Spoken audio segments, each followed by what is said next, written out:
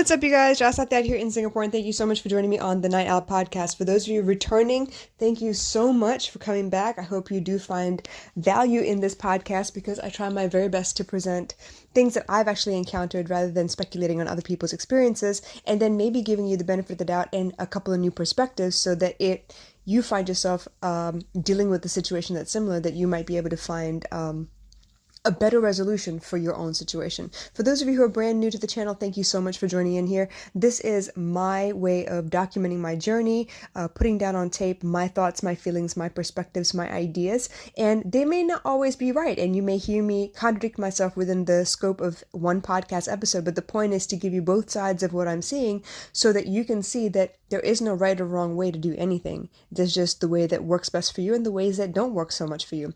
So here we go. Today I want to talk to you about the fact that I'm not really fond of my given name, you guys. That's right, you heard me say it. I'm not fond of my given name. So there are a couple of ideas behind this, obviously. My given name is Gopika, and my grandmother's the one who named me. That's my paternal grandmother.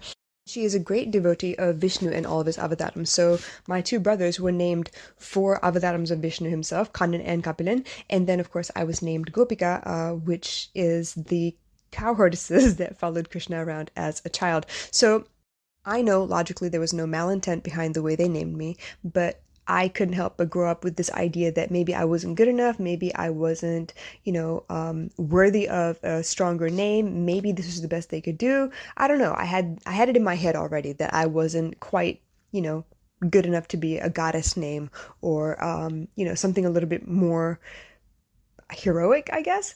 But with that in the back of my mind, it also came to me that the way people call my name made me feel a certain way. So of course, your parents, whenever they call you by your full government name, you're in trouble. And more often than not, that's the way they call me. It was very rare that someone called me an abbreviation of my name, like Gops, which I felt like is a little bit more endearing. There's a little bit more love behind the name when they call you.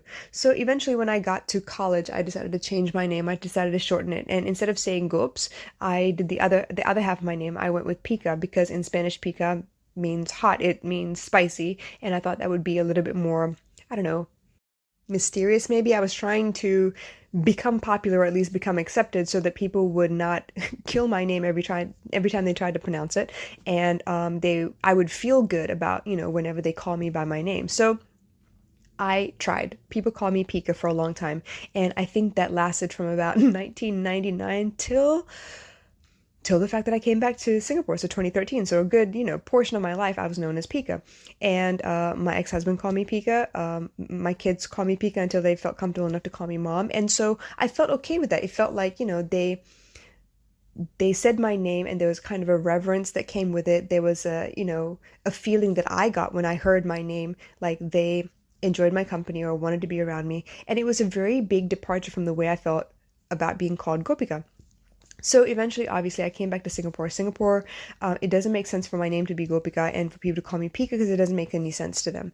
A lot more Indians here in Singapore, whereas where I was living in the US, there weren't any Indian people. So it wouldn't seem like a conflict of interest to anglicize my name back then, whereas here, coming back home, it felt weird to anglicize my name. So for a little while there, I was still known as Pika, and eventually, when I started my business, I decided to go with the name Rasati because it was the name of my business, it was the name of all my email addresses. I was trying to find a word that would kind of umbrella everything that I was feeling, everything that I had embodied to date.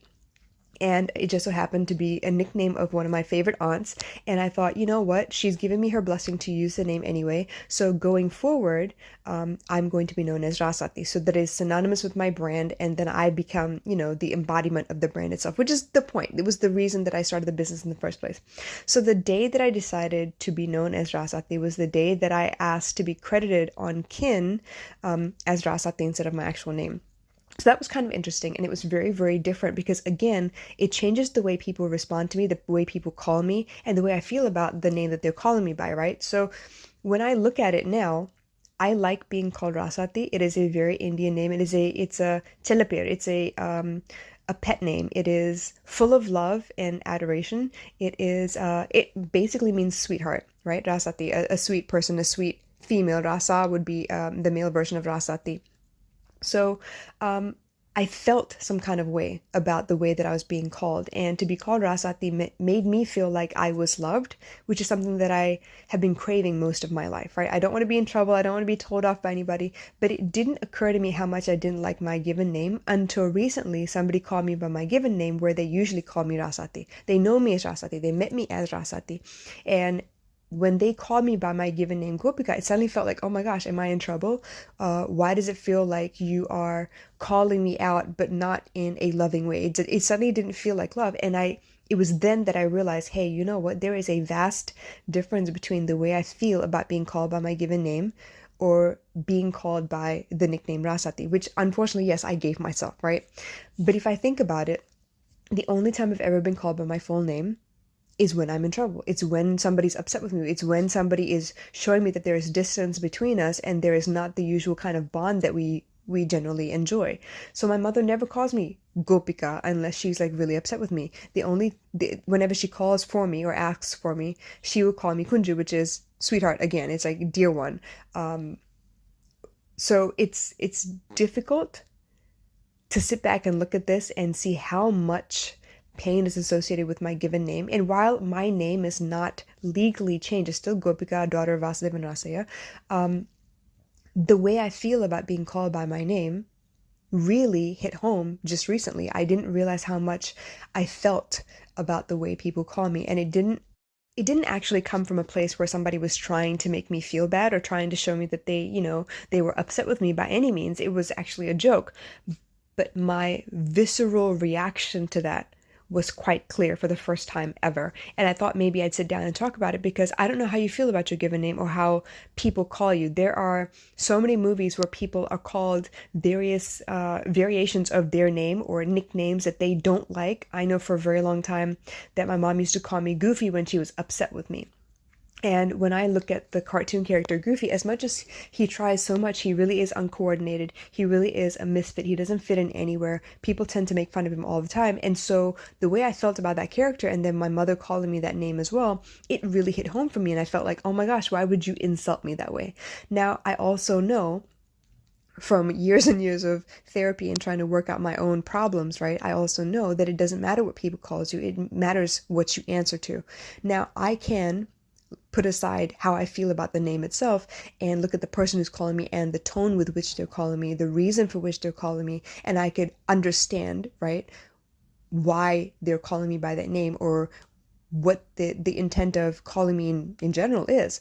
But sometimes I regress into those old habits and I am triggered into an old framework of thinking and I can't help myself. I get upset. I feel uncomfortable. I don't like the fact that somebody would revert from one to another, even if they're just being funny at the time. I have the need to tell them, hey, I don't feel comfortable with you calling me this. This is what it feels like. And then it's up to them to adjust or continue.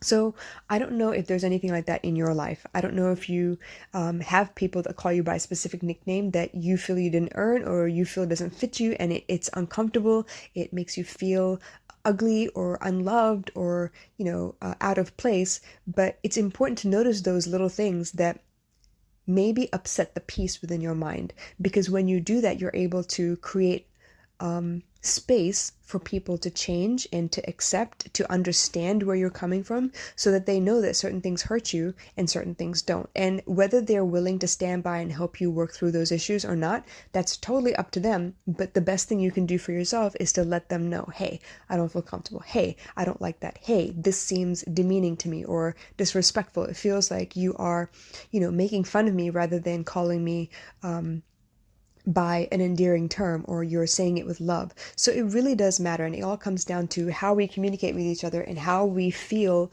about the words that are used, the way people spend time or show love. It all comes back down to those 5 love languages. And honestly, I didn't realize how much words of affirmations really, really affected me. So it's with this in mind that I wanted to tell you, hey, you know what? I don't particularly like my given name. Not that I'm ever going to change it. I might not, I'm not sure. But I really do like the fact that I can tell now when somebody calls me, whether, I feel good about the way that they're calling me, what they're calling me, how they're calling me, for what they're calling me. And it's something that I really needed to pay attention to because until now, I didn't realize why I was running away from that name. So I hope this makes some sense. It gives you a little bit of insight. And if you find that there is a situation in your own life that you feel like, the words that are being used to describe you or to call you by don't fit, I hope you find the courage to let those people know, hey, you know what? It may have been funny once upon a time, but it's not funny anymore. I don't like it. Please change. And hopefully those people take it in stride and love you more than they love their habits and are able to help create a more loving and safe environment for you. So if you have any questions, concerns, comments, whatever, please drop them in the comments below. I would love to hear from you. But in the meantime, I hope this gave you a little bit more of a perspective on how people may react to the way you reach out to them or the way you spend time with them or any of those things, or maybe how people treat you and how you respond as a result of what they're doing. So I hope this gave you something to think about. I hope it gave you some ideas of how you could maybe create more peace in your life. But more than that, I'm sharing a little bit of my heart, a little bit of the pain that I've been through, in the hopes that if you know that I found a way around it, maybe you can find a way around it too. I love you guys. I'll catch you again soon. Thanks.